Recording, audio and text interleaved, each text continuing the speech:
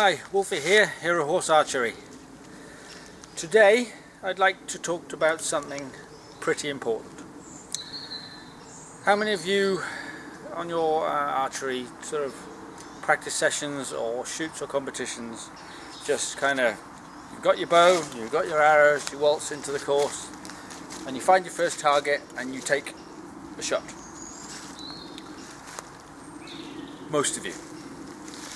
In my experience, pretty much everybody I've come across, bar a few, and I mean a select few, will get to a course, just shoot. It is a rare thing to see somebody actually warm up and stretching the muscles that are needed. But it's not such a rare thing to know people that have got neck problems, shoulder problems in particular, back problems, etc., resulting from what is an amazing and enjoyable hobby and can become quite traumatic when you can't do it: archery. So this is getting put down, and what I want to go through today is a short session of stretching and movement exercises. I was away in Greece on the island of Kos recently, and there was a young lady there, Roxana, that had a stretching and exercise class, and it was a reminder to me again that I still hadn't done a video that is probably one of the most important and most functional and most preserving things I should do for people, is a stretching and warm-up exercise regime. So I say thank you, Roxana, for the reminder. I will put a link to Roxana's YouTube and Facebook page. We have a plane going over, but I'm sure that won't affect much.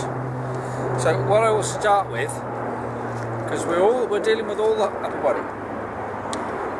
We're dealing with your neck, shoulders, chest, back, everything that supports your archery movements, shots, etc. Because not only are you putting yourself under strain when you take the load on, there is a strain and a support of the muscle structure when you release. You're letting go of a weight, whether it's 20-pound draw weight or whether it's 60-80-pound draw weight. We all draw different weights, but if we're doing it cold, we're running a risk of upsetting our long-term enjoyment of our hobby. So what I will start with is a simple stretch, which is the neck, and that involves pushing your hand out down towards the ground, pushing it out, and you take your neck and you stretch it over, and you hold it there and you push and you pull. You will just feel a stretch in your neck. If you don't feel it, you're not doing it right. It's a push to the ground and a stretch, because your neck is involved. You're turning it, you're looking at your shot. Again, the other way, stretch to the ground, pull over. You're keeping your head upright and you're facing forward. You're just literally tipping your head over. No bending forward, just straight out. And you'll do that for a few seconds each side. Maybe repeat, pushing down, stretching out. Both sides. Again, pushing down, stretching out. Okay, another very simple movement which wakes everything up. All the little tendons and muscles, everything in the shoulder, is a rotation, which is you rotating your shoulders completely backwards and forwards. I'm doing it so up and back first.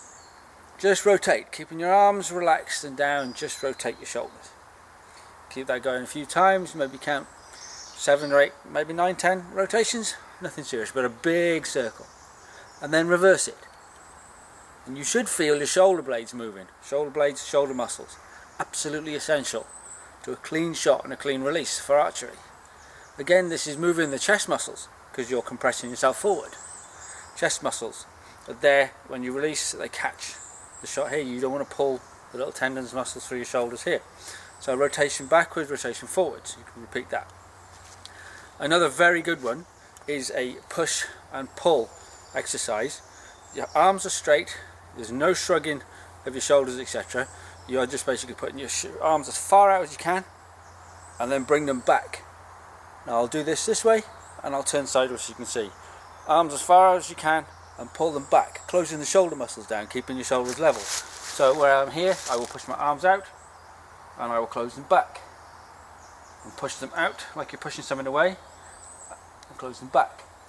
that actually can be done as a virtual press up. If you're on the ground, you can let your body drop and you can push your body up again. So that's exercising the muscles that are involved. Another one for rotation of the shoulder is to have your arms out level, bend your hands forward, rotate your hands up and rotation down, like praying to some Aztec god, you know? Hand up, hand down. This is rotating the joint. This is keeping this moving. So again, it's just a warm up for all the muscle groups.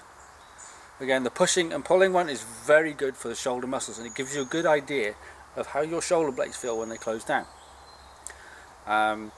So these are keeping it all active, all moving and fluid. Because if these aren't warmed up and these aren't used, you're going to have a problem. You're going to have those tiny little muscles that get pulled and tweaked, and just issues occur.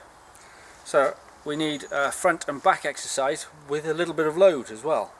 So what I will do, and what one of the exercises that I actually do on a almost daily basis, rather than bothering much with the gym, which is something I've probably done a dozen times in the last God knows how many years, is a push exercise.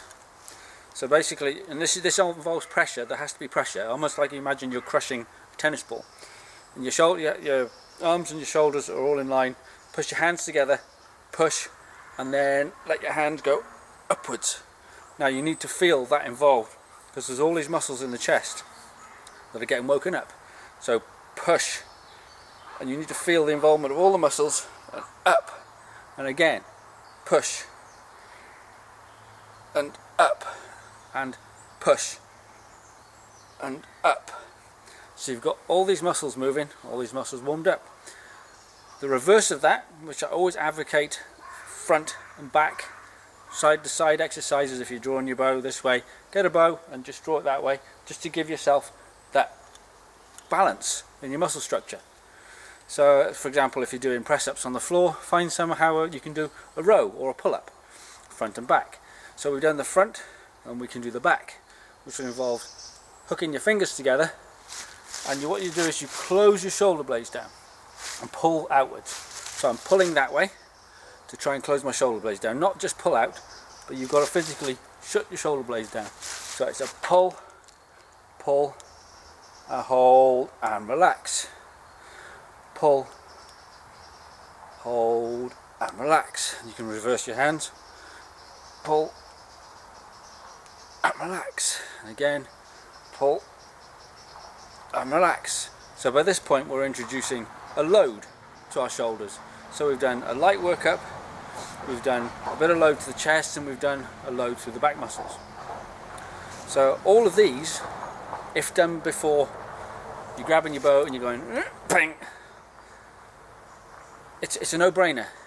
At worst, it's just going to wake things up, and at best it's going to preserve your muscles and your joints for longer than they might naturally if you're shooting regularly.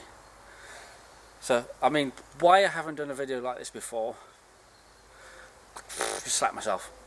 It's ridiculous. This is an essential, an absolute essential for the longevity enjoyment of archery.